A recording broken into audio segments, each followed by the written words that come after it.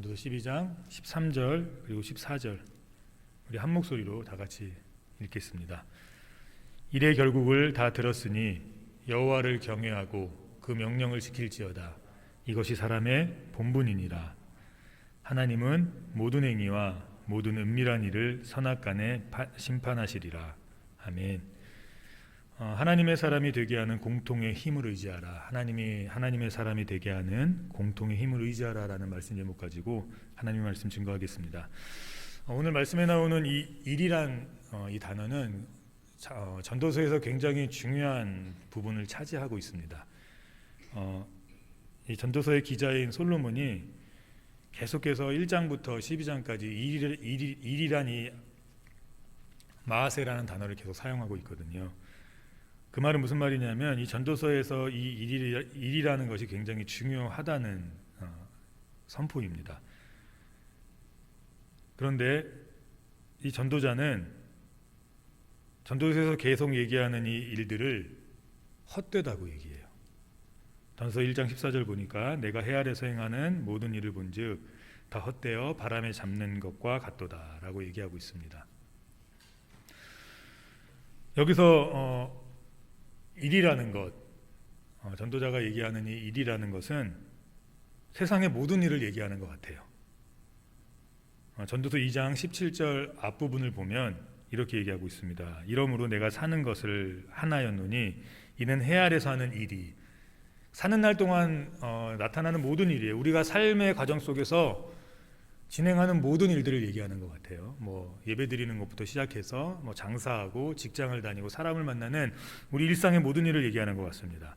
8장 9절도 보니까 내가 이런 것들을 다 보고 마음을 다하여 해 아래에서 행하는 모든 일을 살핀즉. 다시 말해서 오늘 솔로몬이 얘기하는 12장 마지막 장의 마지막 절인 일은 세상의 모든 일이에요.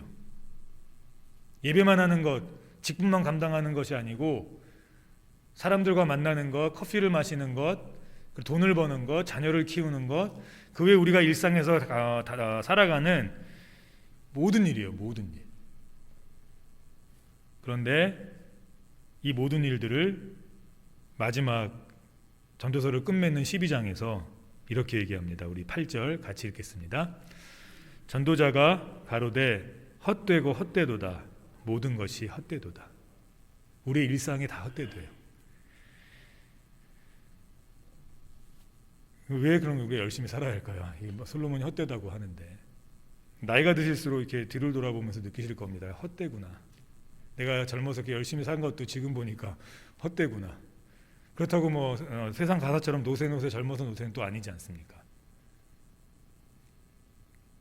오늘 성경은 모든 일이 헛된 이유를 설명합니다. 전도서 2장 17절 우리가 아까 읽었던 후반절에 보면 이렇게 얘기합니다. 이는 왜냐하면이라는 뜻입니다. 왜냐하면 세상 모든 일이 헛된 그 이유는 해 아래서 하는 일이 내게 괴로움이요. 일하는 게 괴로움이기 때문에 헛된 겁니다. 일할 때 스트레스만 받아요. 세상의 모든 일을 하는데 자꾸만 몸은 괴로워지고 정신은 피폐해져요. 그러면 헛되져요, 일이. 어떻게 괴로워하지 않을 수 있습니까? 괴롭지요, 힘들지요. 그래서 성경은 우리가 하는 일이 괴로움이면, 일이 우리에게 괴로움만 가져다 준다면 그 일은 헛되게 된다고 얘기합니다. 두 번째는 헛된 이유가 8장 9절 앞절에 보니까 해롭게 하는 때가 많기 때문이에요. 우리가 일상에서 하는 일들이 우리에게 이득만 주는 것이 아니라 우리에게 해를 줄 때도 참 많아요. 사람을 사귀는 것도 처음엔 참 기쁨으로 만나는데 지나다 보니까 그 사람이 내게 해가 되는 경우가 참 많고, 돈을 버는 것이 참 기뻤는데 어느 순간 보니까 그것이 나에게 기쁨만 준 것이 아니라 해가 되는 것이 너무나 많은 경우가 있습니다. 한마디로 말하면 사는 게 고생이란 뜻이에요. 사는 게 고생만 되면 우리는 헛된 일을 하고 있는 겁니다.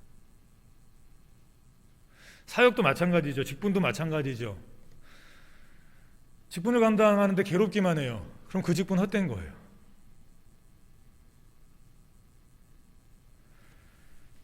교회에서 사명을 감당하는데 해로움만 와요. 해로운 때가 더 많은 것 같아요. 내가 생각하기에. 그럼 그 일 헛된 겁니다. 하나님의 뭐 일 중에 교회 일만이 하나님의 일이겠습니까? 세상에서 우리가 살아가는 모든 과정도 하나님의 뜻대로 사는 것인데, 거기서 우리가 괴로움만 있고, 이건 진짜 나에게 해만돼. 이 자식은 나한테 해만돼. 이 일은 나한테 해만돼. 그런데 난 돈을 벌어야 되니까 해야 돼.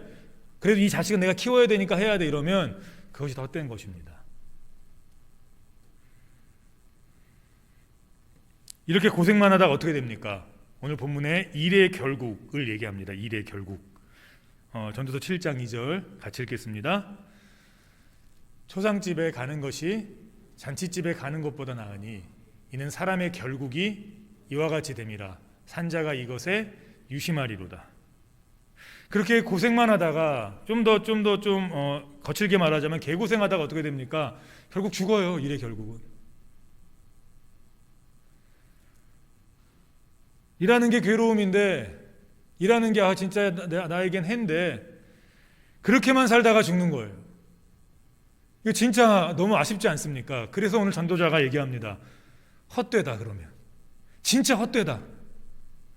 너가 사명을 감당하는 게 괴로움 뿐이고 너에게 해로움 뿐이면, 너가 직장을 다니는 것이 괴로움과 해로움 뿐이면, 너가 자녀를 키우는 것이 괴로움과 해로움 뿐이라면, 그런 경우가 훨씬 더 너에게 많다면 헛되다. 해 아래 일들이 괴로움이고 해 아래 일들이 해로운 때가 많다고 성경은 분명하게 얘기해요. 자식 키우는 것이 기쁘기만 합니까? 아니죠. 한 1년 기쁜 것 같아요. 딱 태어나고 엄마 아빠 이럴 때. 근데 그때도 되게 힘들었어요. 기저귀를 갈 때 힘들었고, 젖을 먹일 때 힘들었고, 목욕을 시킬 때 힘들었고. 근데 이 일들을 괴로움으로 생각하면 헛되어집니다. 근데 어떻게 괴로움을 생각하지 않습니까? 자식을 키우는 게 얼마나 힘든데요. 그래서 요즘에 뉴스나 신문을 보면 아이와 관련된 사건 사고가 너무 많아요. 괴로운 거예요, 본인이. 자녀를 키울 때 괴롭고 자기한테 해가 된다고 생각하는 거예요. 그러니까 입에 담지도 못할 또는 행할 수 없는 일들을 많이 행합니다. 심지어 젊은 부부들은 아이를 낳기를 포기합니다. 어제도 잠깐 뉴스를 보니까 뭐 젊은이들이 집을 사는 데는 이제 더욱더 어려워졌대요. 그래서 주식으로 젊은 사람들이 눈을 돌리고 뭐 그냥 건전하게 열심히 공부하면서 주식에 투자하면 좋지만 불법을 행해야만 많은 돈을 벌 수 있으니까, 제가 들은 경우가 있거든요. 불법을 행하면서 돈을 엄청나게 버는 젊은이들이 있어요. 왜 그렇게 합니까? 그게 괴로움이고 해로움인 거 아는데. 그래서 자기가 나중에 걸리면 그렇게 주식으로 어떤 딴짓을 하다가 걸릴까봐 어떤 두 사람을 고용했어요. 그래서 같이 일하다가 만약에 이 주식에 대한 문제가 생기면 너네가 들어가는 거다, 나는 아니다, 뭐 이렇게까지. 이게 해로움이죠. 이렇지 않으면 돈을 벌 수가 없으니까 괴로움으로 자신의 인생을 해로움으로 막 던져버립니다. 그리고 자식 낳기를 포기해요. 정직하게 사는 청년들은 집을 살 수 없고 거기다 자식을 낳으면 자신의 인생은 괴로움뿐이고 자신의 인생을 즐길 수 없는 해만 되니까 결국 자식을 낳기까지 포기합니다. 그리고 그렇게 고생하며 힘겹게 달려와 뒤를 돌아보니 내 머리는 휘어져 있어요. 어떤 분이 이런 말씀을 하시더라고요. 나이가 드셨는데 젊을 때 움직일 수 있을 때 여행해야 된다, 누려야 된다. 그거 누가 모릅니까? 근데 안 되잖아요. 먹여 살려야 되고 자식들 키워야 되고 대출비 갚아야 되고 사는 게 박박한데 어떻게 젊어서 여행합니까? 늙어서도 못해요. 이젠 다리에 힘이 없어요. 결국은 다 헛돼요. 그래서 오늘 솔로몬은 세상 모든 만사가 결국은 헛되다고 얘기합니다. 그런데 그런 솔로몬이 이 고생뿐이고 해로움뿐인 이 세상의 모든 일들을 다른 시각으로 접근합니다. 우리 3장 전도서 3장 22절 우리 같이 읽겠습니다. 내가 살펴보니 사람이 자기 일을 즐기는 것보다 나은 것이 없도다. 분명히 전도자가 평생을 살아오면서 세상 모든 일을 지켜봤을 때 그가 내린 결론은 무엇이었습니까? 세상의 모든 일은 우리에게 괴로움만 주고 세상의 모든 일은 우리에게 해로움만 준다고 분명히 선포했거든요. 그런데 이 전도자가 그런 해롭고 힘겨운 인생 속에서 그 모든 일을 자세히 살펴보니까 사람 중에 자기 일을 즐기는 사람들이 있다는 거예요.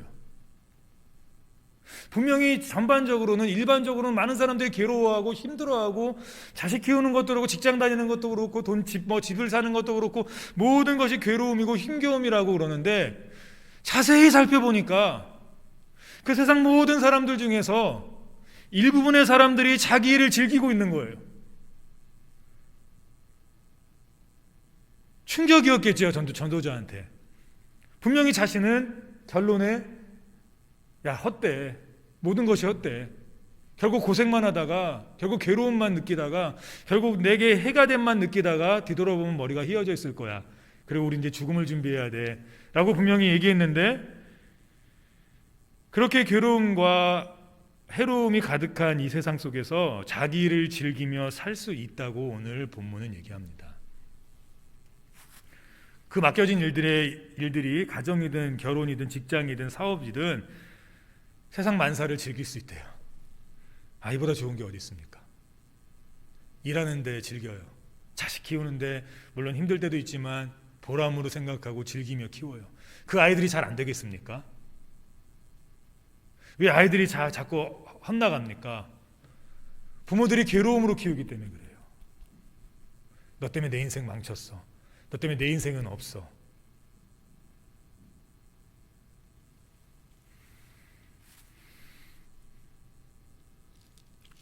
어제 세배들 잘 하시고 이게 세뱃돈들 많이도 주셨습니까? 저희도 세배를 드리고 저희 아이들한테 처음으로 정식적인 세배를 받았습니다. 5명이 이렇게 서 있는데 세배를 받을 때 마음이 뭉클하더라고요. 하나님 감사합니다. 감사합니다. 이 5명이 저에게 세배할 수 있어서 감사합니다. 괴로울 때도 많았었어요. 이제 앞으로도 괴로운 일들이 많을 거예요. 근데 그럼에도 불구하고 하나님을 감사할 수 있는 방향을 보여주시더라고요. 우리가 일반적으로 사는 이 세상은 모든 일들이 괴로움과 해가 되는 때가 굉장히 많지만 그 중에서 분명히 맡겨진 일을 즐기며 사는 사람들이 있을 겁니다. 이게 핵심이에요, 오늘. 그럼 어떻게 하면 세상 모든 사람들이 괴로워하고 해를 입으며 살아갈 때 그 속에서 1명, 2명, 3명, 4명이 즐기며 살 수 있을까요? 오늘 성경은 분명하게 선포합니다. 전도서 12장 13절 앞절을 보니까 이렇게 얘기하고 있습니다. 일의 결국을 다 들었으니 여호와를 경외하고. 지금 우리가 일에 대해서 그 결국이 어떤 건지에 대해서 전도서 1장부터 11장, 12장까지 계속 설명했거든요. 모든 일은 헛되다. 세상 만사가 다 그렇다. 그 결국은 죽음이다. 잘 기억해라. 이렇게 얘기하고 다 들었다고 얘기합니다. 여기서 들었다는 의미는 일의 결국, 그러니까 괴로움과 해로움 그리고 죽음, 이거 다 너희가 지금 들었지? 너희가 인생 살면서 보았지?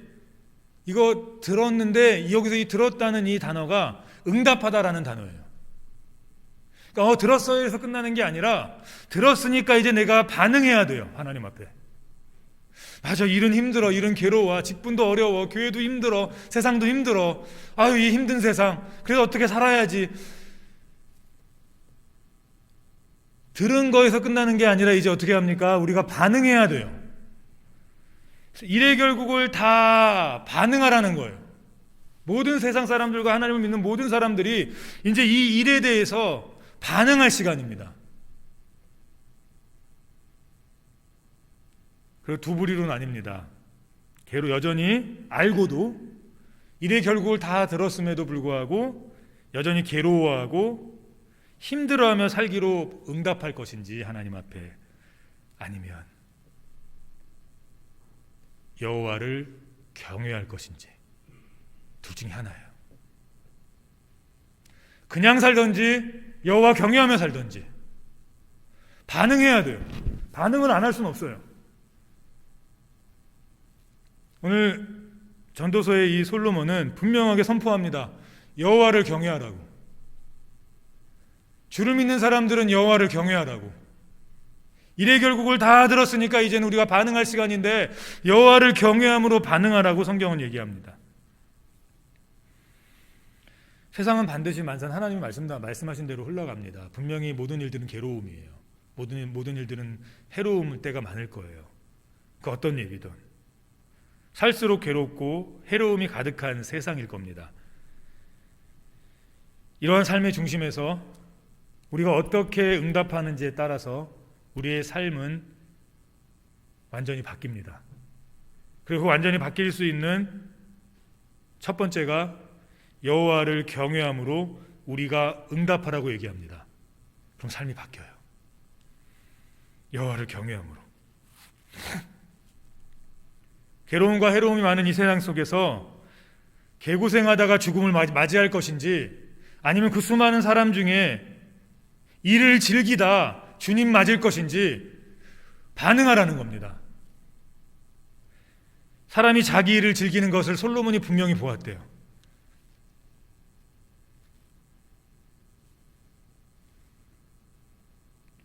여호와를 경외하시기 바랍니다. 하나님을 경외하셔야 돼요. 그럼 이 경외한다는 이 구체적인 의미가 어떤 의미입니까? 그냥 난 주님 경외합니다 이런 것이 아니고, 신명기 5장 4절에 보니까 이렇게 나와 있습니다. 여호와께서 산 위 불가운데에서 너희와 대면하여 말씀하시매. 5절에 보면 이스라엘 백성의 반응이 나옵니다. 같이 읽겠습니다. 그때에 너희가 불을 두려워하여 산에 오르지 못함으로. 산에서 막 불이 타고 있었어요. 이스라엘 백성 눈에 볼 때 얼마나 두렵겠습니까? 굉장히 두려울 거예요. 한 아파트에서 불이 나는 걸 봐도 같은 동에 살면 두렵잖아요. 경보기로 막 그냥 뭐 입은 채로 또는 뭐 안 입은 채로 그냥 막 나오잖아요. 너무 무서우니까. 그런데 여기서 쓰인 이 두려움이 오늘 본문의 경외함하고 똑같은 단어예요. 하나님을 경외한다는 것은 우리가 반응으로 두려워하는 겁니다. 삶의 순간순간 하나님을 두려워함으로 살아가는 거예요. 엄청난 두려움이 없겠죠. 하나님을 경외하려면 하나님을 향한 두려움이 있어야 돼요. 이 두려움을 조금 더 구체적으로 이스라엘 백성이 경험했던 그 구체적인 것들로 오늘 성경은 얘기하는데요. 사무엘상 7장 7절에 보면 이스라엘 자손이 미스바에 모였다함을 블레셋 사람이 듣고 그 방백들이 이스라엘을 치러 올라온지라. 이스라엘 백성이 듣고 블레셋 사람을 두려워해요. 전쟁에서 이제 전쟁을 해야 되는데 이 블레셋이 너무 장대하지 않습니까? 뭐 골리앗도 있고 막 너무 장대하잖아요. 근데 그들하고 딱 이제 전쟁터 앞에 섰어요. 자신들이 너무 초라한 거예요. 다 죽게 생긴 거예요. 얼마나 두렵겠습니까? 근데 이 두려움이 오늘 성경에 쓰인 하나님을 경외한다는 단어예요.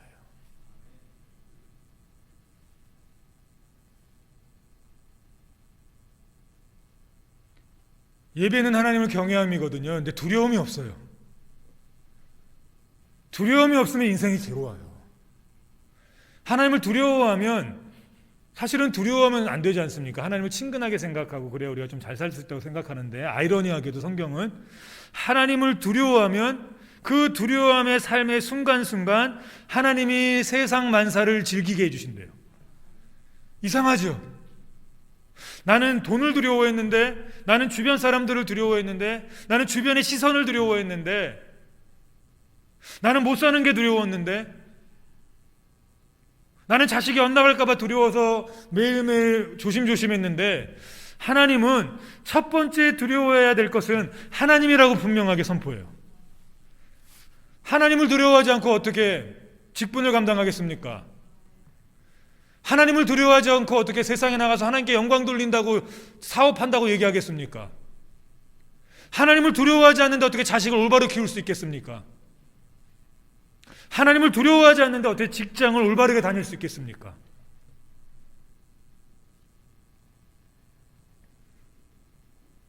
오늘 그리스도인들에게 세상을 즐거움으로 살아낼 수 있는 공통의 힘이 있다고 얘기합니다.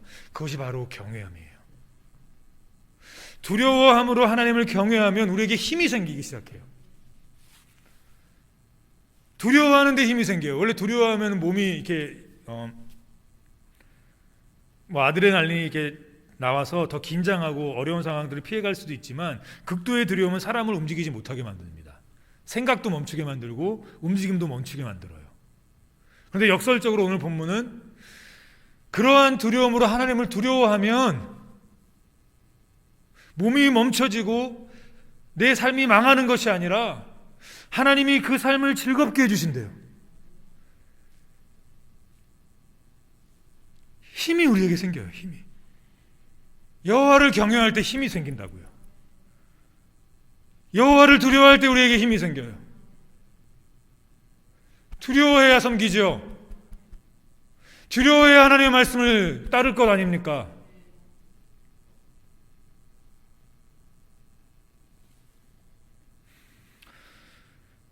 요셉과 그 형제의 작은 무리가 형제들과 아버지가 애굽으로 왔죠. 음식 때문에. 그러다 이제 거기에 형제들이 다 같이 정착하게 됩니다. 그리고 이제 살아가기 시작해요. 출애굽기 1장 1절에 보면 얘기합니다. 야곱과 함께 각기 권속을 데리고 애굽에 이룬 이스라엘. 작은 부족이었어요. 근데 시간이 지나면서 이스라엘 부족은 부족을 넘어서서 한 나라가 될 만큼 강성하고 번성해졌어요. 7절 같이 읽겠습니다. 이스라엘 자손은 생육이 번식하여 장성하고 심히 강대하여 온 땅에 가득하게 되었더라. 이제는 한 족속이 아니라 한 민족, 한 나라가 된 겁니다. 근데 요셉을 알지 못하는 왕이, 이제 새로운 왕이 생겨났고 점점 장성하고 힘이 세지고 막 이러한 이스라엘 백성들을 보면서 두려움이 밀려오기 시작했어요. 야, 얘네가 우리나라 먹으면 어떡하지? 얘네가 다른 적국과 손잡고 우리나라 치면 어떡하지? 우리는 끝이야, 우리가 끝. 그래서 유대인 말살 정책을 선포합니다. 1장 16절 보니까 가로되 너희는 히브리 여인을 위하여 조산할 때에 살펴서 남자여든 죽이고 여자여든 그를 살려두라. 죽이기로 작정한 거예요. 그런데 이 산파들이 왕의 명령을 어기면 어떻게 됩니까? 삼족이 멸하지 않습니까? 그 당시엔 더 했어요. 다 죽여버렸어요. 모든 친척까지 찾아서 왕의 명령을 어기면 다 죽였다고요. 그런데 이 산파들이 왕의 명령을 어겼어요.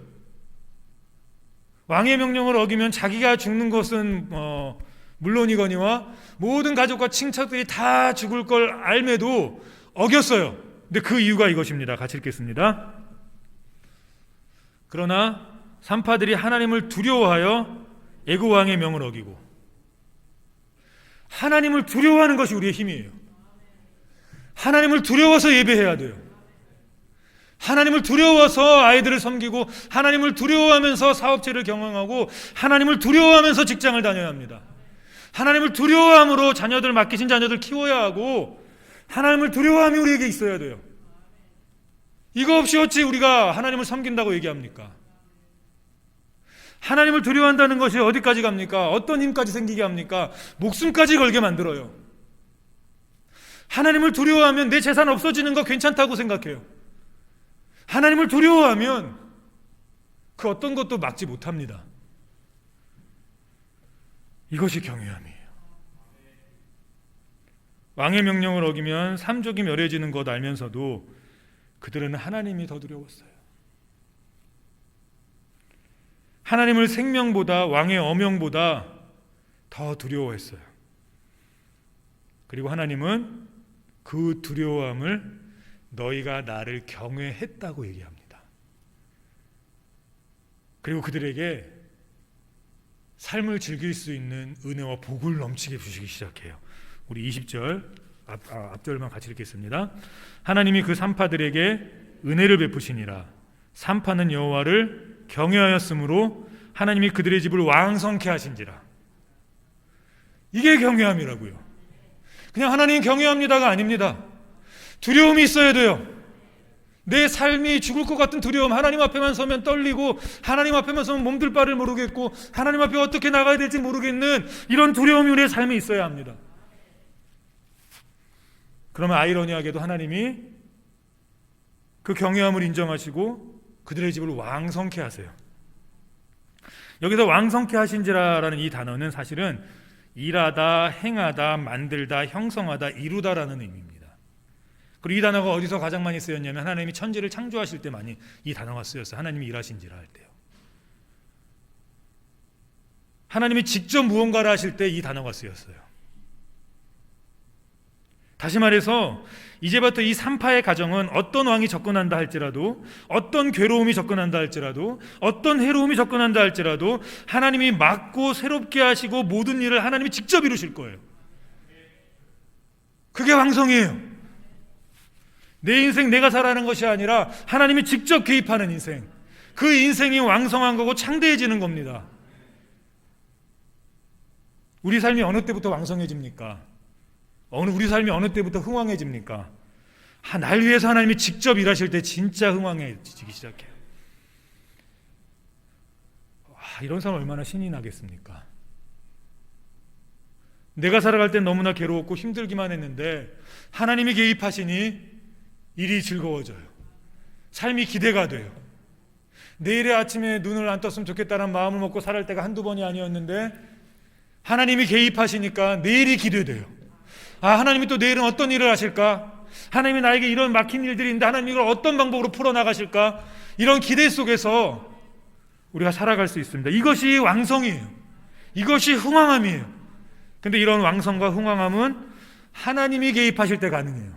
하나님이 일하시고 하나님이 만드시고 하나님이 행하시고 하나님이 새롭게 하실 때 가능합니다.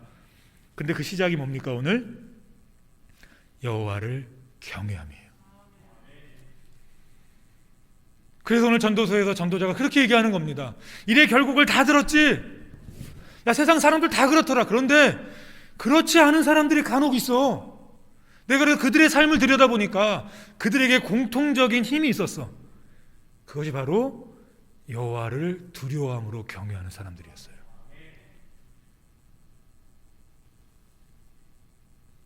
오늘 우리가 드리는 이 예배, 여호와 두려워함으로 예배 시작해야 돼요. 두려워함으로 찬송하고 기도하고 하나님 말씀 듣고 이렇게 예배에 임해야 됩니다.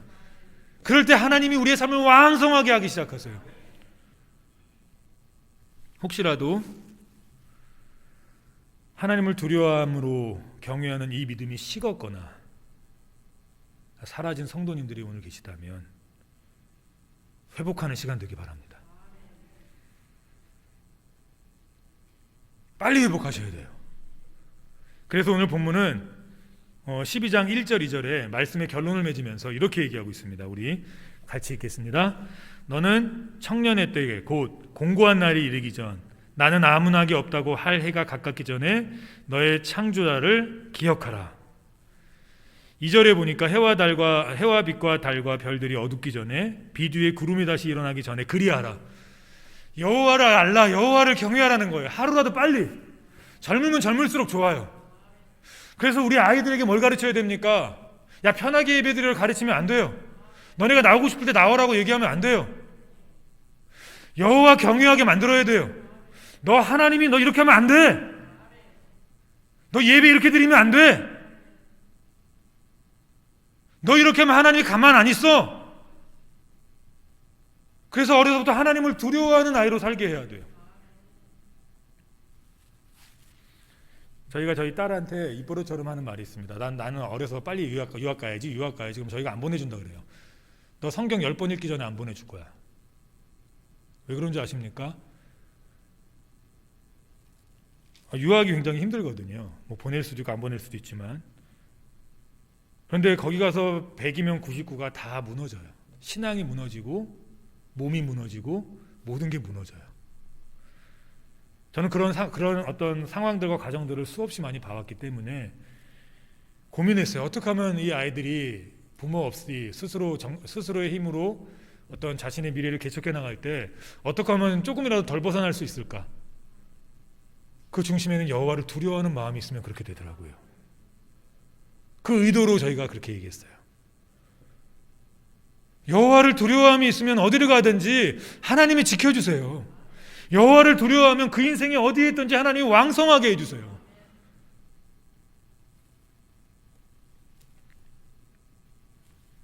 하루라도 빨리 두려움을 회복하십시오.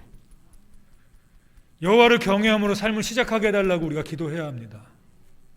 내가 하나님을 두려워함이 없으면 나의 인생을 쳐서라도 다시 하나님을 두려워하게 해달라고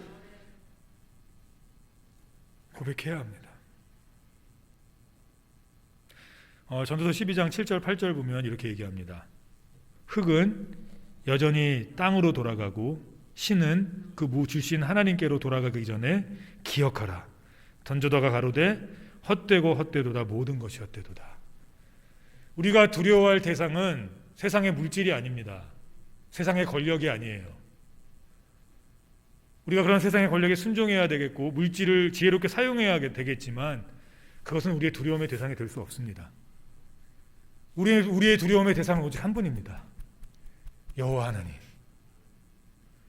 안 그러면 우리의 인생이 오늘 전도자의 말처럼 하나님께로 돌아가기 전에 우리가 여호와를 경외하는 것을 기억하지 못하면 전도자가 가로되 너의 인생도 똑같이 헛되고 헛되니 모든 것이 헛되게 된다고 성경은 선포합니다.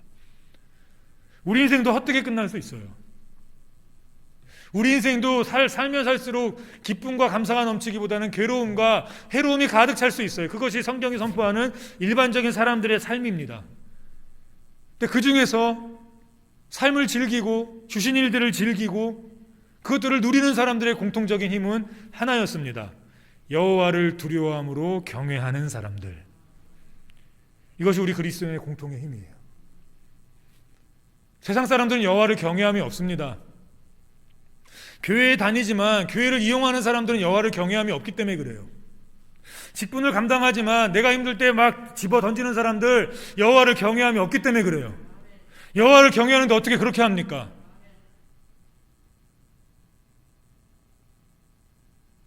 여호와를 경외하면, 여호와를 두려워하면 그렇게 할 수가 없어요. 내 삶을 그렇게 막 내던질 수가 없습니다. 그러므로 우리 모두가 여호와를 두려워하는 이 믿음을 회복해야 합니다. 반드시 회복해야 돼요. 그래야 우리가 주님이 맡겨주신 일을 즐기며 살아갈 수 있습니다. 그 일이 무엇이든. 그리고 우리는 전도자의 고백과 반대의 고백을 할 수 있어요. 가로되 영광이고 영광이니 모든 것이 영광이로다. 그 삶 멋지지 않습니까? 여호와를 경외함으로 우리의 삶을 다시 일으키고 우리 교회가 여호와를 두려워함으로 우리 교회가 다시 일어나고 우리 한국의 그리스도인들이 다시 여호와를 두려워함으로 세상을 이기는 자리에 우뚝 섰으면 좋겠습니다. 우리 시간 다 같이 시간이 없으므로 통성으로 한 1, 2분 정도 기도하겠습니다.